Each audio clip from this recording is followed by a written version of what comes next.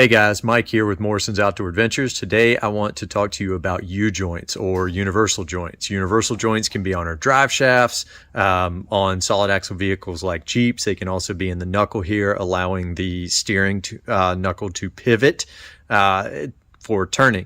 They're on our drive shafts because our drive shaft angles change where they go into the pinion and the transfer case as the vehicle flexes. And I think by knowing a little bit better about how U-joints work, that we can drive the vehicles with a little bit more mechanical sympathy, right?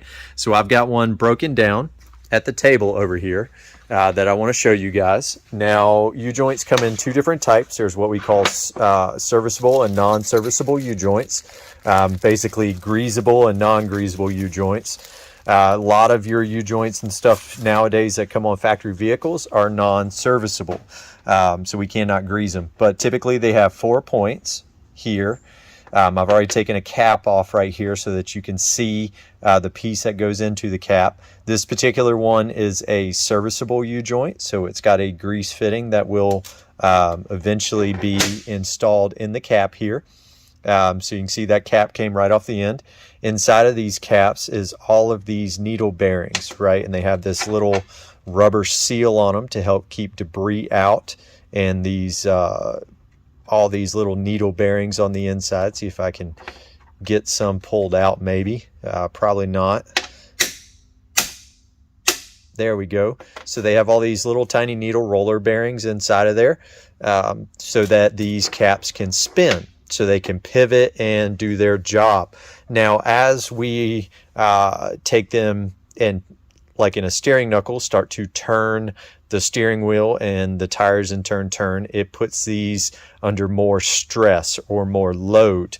That's why commonly you see vehicle damage happen in the U-joint, specifically when we are in four-wheel drive low range, sometimes with our front lockers engaged, and we apply throttle when everything's under a bind.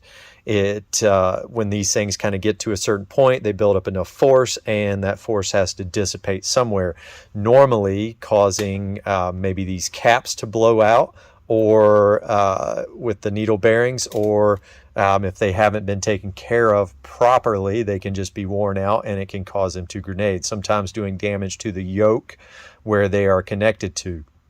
But if you have serviceable U-joints, it's important to remember that after we go through mud and things like that, that we go under and we grease those U-joints. Not necessarily a mileage thing, but definitely heavy duty wear and tear. There is a certain amount of mileage care for these, but wear and tear as well. Mud, water crossings, things like that, where dirt and debris and mud and water can ingress into these caps. If they're not packed full of grease inside, then they can allow water and stuff to get in. I personally like serviceable U-joints because I regularly maintain our Land Cruiser, so I grease them quite a bit. And when these start to go bad, especially in the drive shafts, we start to notice a rotational vibration, especially at higher speeds when we're driving. Sometimes low speed on the trails, we get a rotational squeak that can cause some issues. But when they start going bad, show you a bad cap here, right? So this cap is an older cap, and we see in there, see if I can get it to focus a little bit on it. We can see that there wasn't a lot of grease. It was very kind of wet and runny, so it was able to not do its job. This one is a newer cap. It did have some grease, but not nearly enough to keep it in shape. See if I can find another one that's been repaired. Here we go. So you can see inside of this one, this is one I just removed off of our Land Cruiser. The grease pour actually was clogged, so it was not getting grease into it.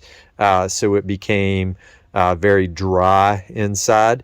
And this was causing us to have a rotational squeak when we were driving off-road. And it was very loud and annoying.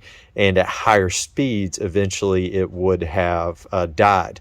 If you think that you have a universal joint going bad, especially on a vehicle that you are spending time on the road, what you can do is drive a short distance. If you have that rotational vibration, kind of that wah, wah, wah that you feel in the driver's seat or in the vehicle, drive a little ways, take an infrared thermometer and shoot your U-joints very close to them, so you're just isolating the U-joint.